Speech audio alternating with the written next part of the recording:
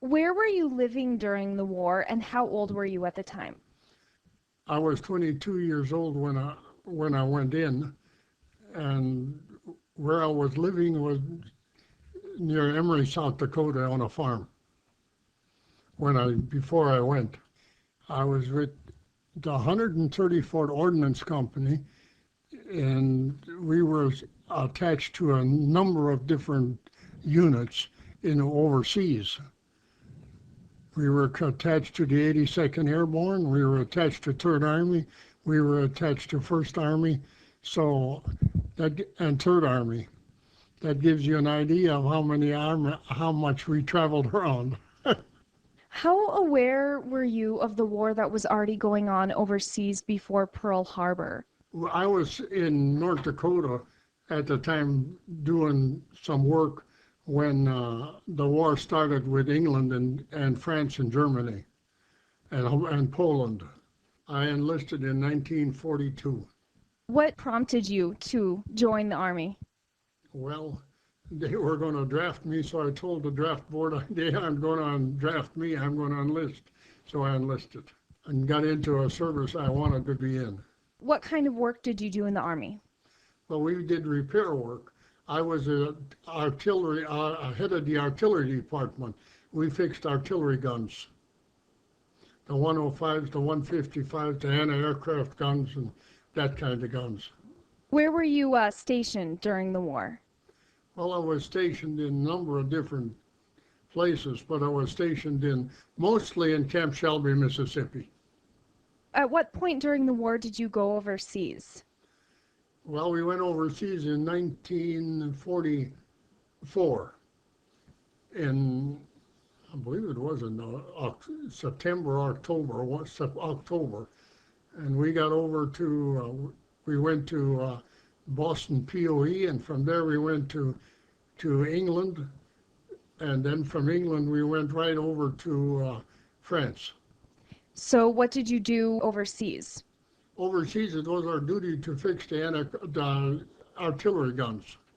When they broke down, they would bring them, and we would go out in the field and fix them. Can you tell me about any prominent battles you were in? Well, we was in the Battle of the Bulge. That was the biggest one, and the Battle of the Bulge was fought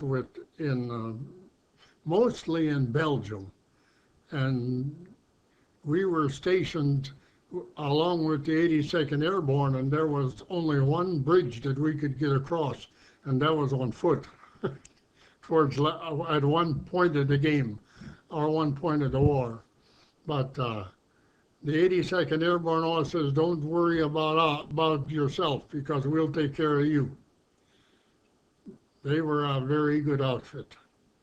Tell me about your family. How did the war change life for your family?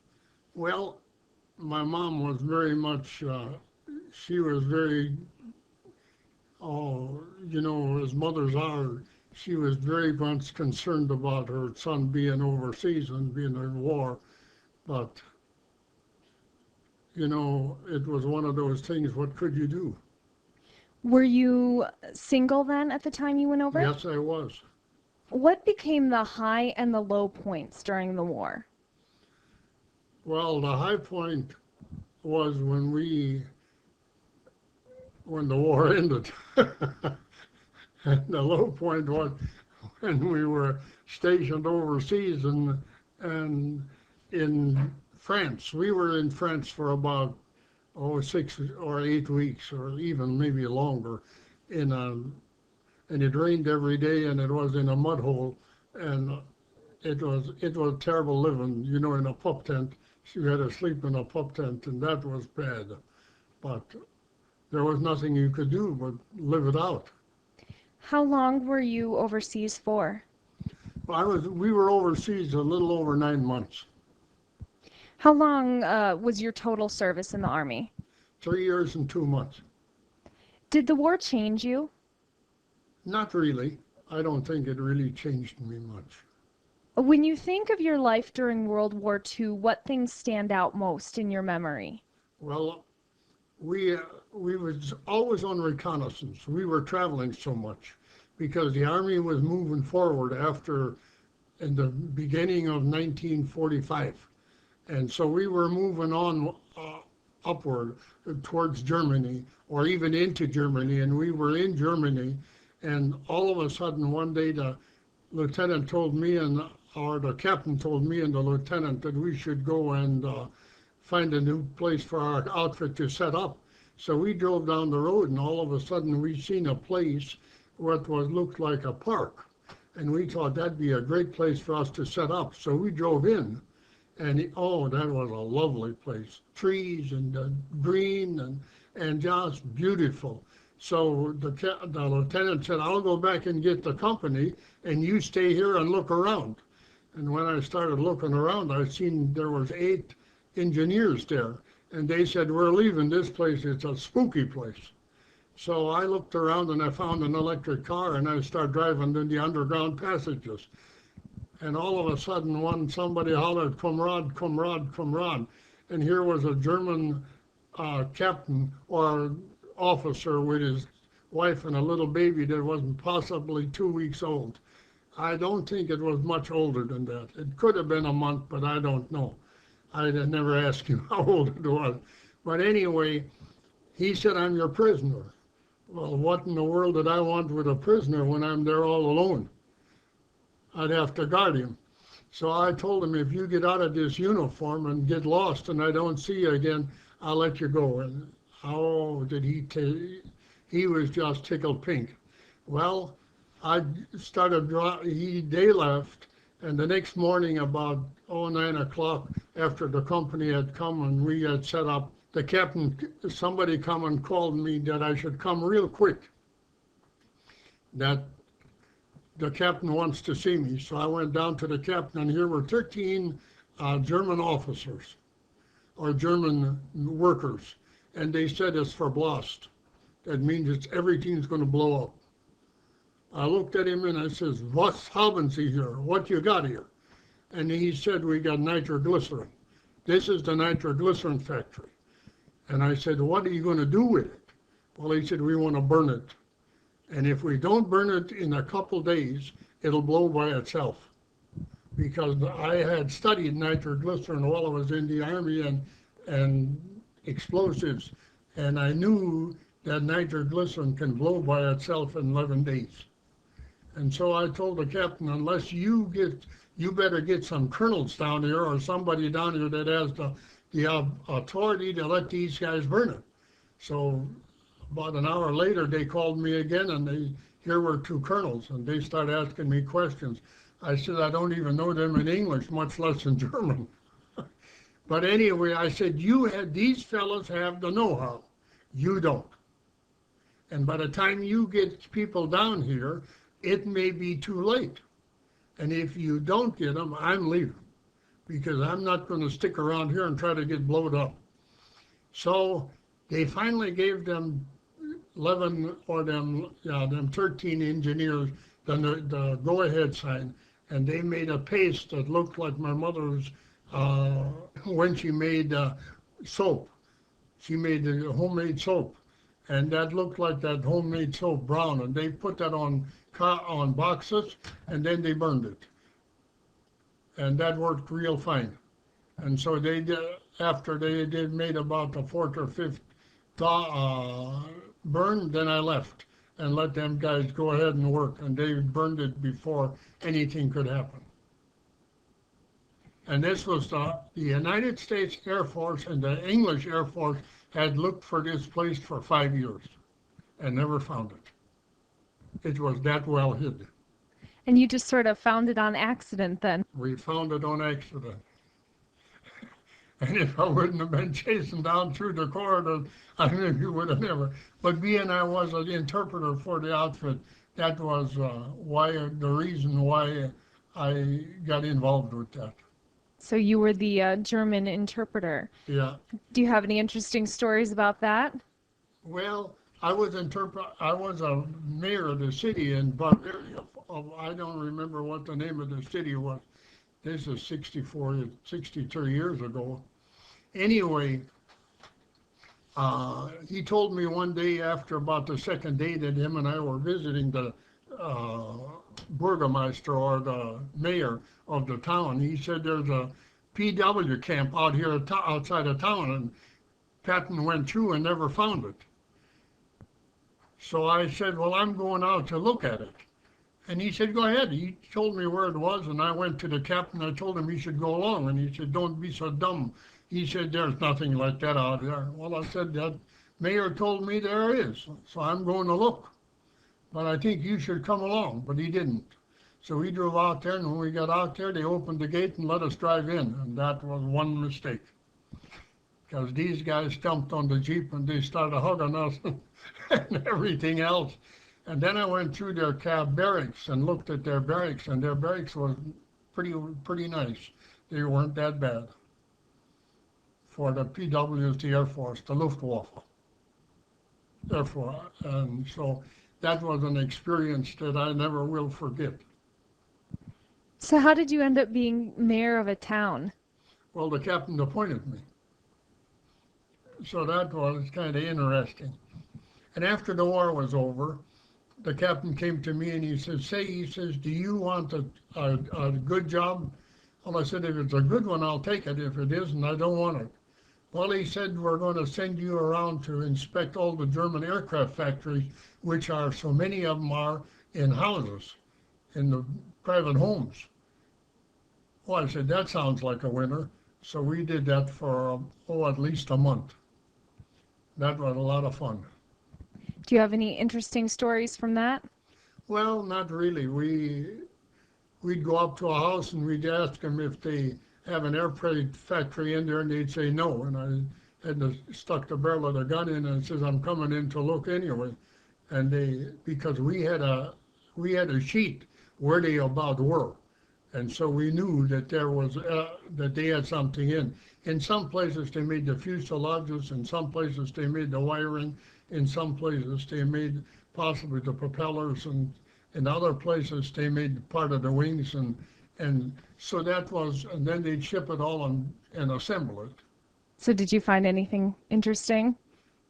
Anything interesting? Oh, I found a lot of interesting things there, but we were I got into a factory one day, where they made binoculars. And when I got in there, I heard a terrible noise. So I rushed upstairs and here the women were all fighting over the sugar and the salt. So I hollered like a wild bull. They all looked up and they knew the American was there. And then I chased them all out of there. I said, if you wouldn't be fighting, I'd let you have some of that salt and sugar, but not now. What did you believe at that time was at stake during the war? Well, at stake was whether we could win the thing or not. Because if we lose it, Germany will be over all. And this was Hitler's motto, Deutschland über alles. Germany over everything. That's what Hitler preached. And I could listen to Hitler's speech in I think it was 36, and I could understand every word, but I can't talk that well German no more. Do you still understand German pretty well? Yes, I do pretty well. Did you grow up in a German-speaking family? Yes. My folks talked German most of the time. And so, but they could talk English too, and they lived in America, and so English was the language of America. But we had German church, we had German, talked German at home, and so German was a common language for us. And that came in very handy in the Army. Did you get any special privileges or perks being the translator of the group? Not really. I just did it for our company, and we ran into a lot of these situations that we didn't really expect. Did your war experience make you decide anything about the rest of your life? Well, yes, it did. It kind of made me decide that I wanted to go back home and take up farming and get married, and that's what I did. In fact, when we got back from overseas, we got back, and it was a little after the 4th of July, and then on the 19th of July we got married. So I got married before the war ended. And then to tell you another thing, when I went back from recuperation leave is what they called it, we were headed for Japan, is where we were headed for. But anyway, when I was going back to the Army, they made us go to Camp McCoy, Wisconsin, which we never had been. And so we got to Camp McCoy, Wisconsin, and I told that officer, I said, what in the world did you bring us here on a Friday when you know we ain't going anywhere till Monday or Tuesday? Why don't you give us a 3-day pass and let us go back home? And he said, you really want one? I said, sure. So they wrote us out a pass. And when we got back to Minneapolis and got off the train, a little boy run by and he says, the war is over. And we run all we could to get on a cab because that town went crazy. I tell you, I've never seen nothing like it because the war was over. So what was that moment like? Can you describe that? That was great for us because then we figured we wouldn't have to go to Japan or to in that area. Well, Japan hadn't surrendered yet. Well, they had surrendered then. Was it hard for you to transition back into civilian life after coming back from the war? Not really. No, it wasn't. Was it possible to put the war behind you completely, or did experiences kind of stay with you and influence who you are? Well, the experiences stay with you for the rest of the life, but not that they really affected me, no. Did you write home often? Yes, I did. Were you actually able to describe where you were and what was happening? That you couldn't do. Everything, they censored everything you wrote. So what sort of things did you write about? Well, I wrote about possibly where we were or when, I don't know if they censored that, but they would, tell mom and dad that we're doing pretty good and we're still getting along. And What do you want people today to know about your experience and what you went through? well, as an experience you'll never forget, and an experience you really didn't want to live through. That's what I would say. What were some of the best moments during the war? The best moments were, well, when I was in Camp Hood, Texas, all of a sudden the captain, not the captain, but the lieutenant came around and he says, I got a good job for you. I says, what kind of a job you got now? Well, he said, I want you to be an instructor for the 105 howitzer to the anti-tank people. And so I did that. I did that for about 6 weeks.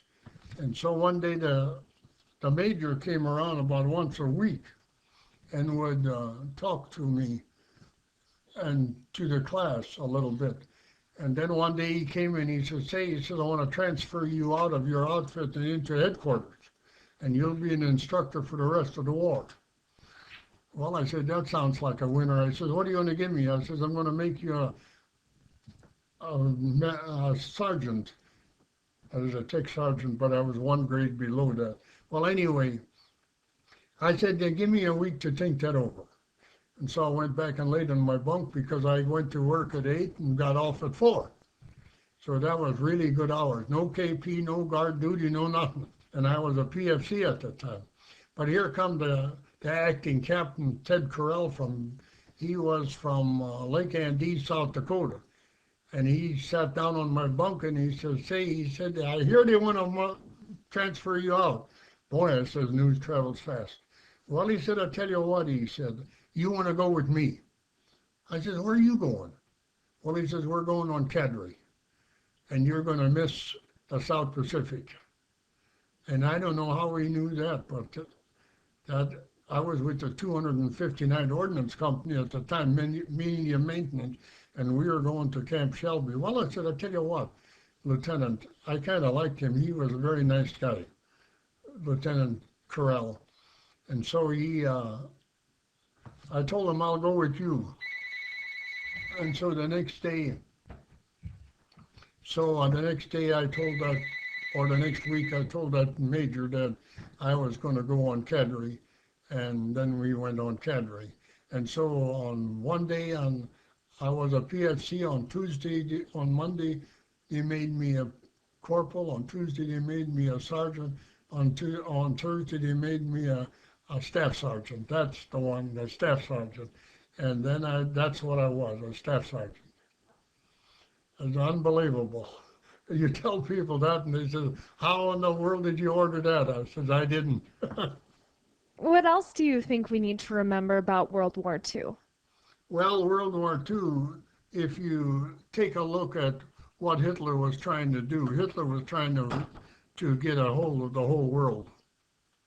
And for a little country that you could put inside of Texas and have a racetrack around the outside, it was unbelievable what they did. Unbelievable. They had, when we got into Germany and got across the Rhine, the first thing we seen was the Autobahn. And the Autobahn is exactly the way our roads are here now, the freeways.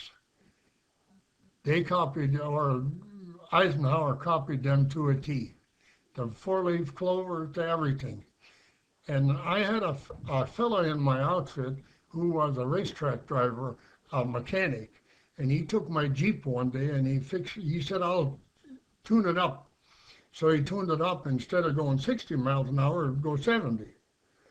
And so we'd go down the interstate, and the cops would come behind us, and we'd strike out and they couldn't catch us. We'd have a lot of fun with that.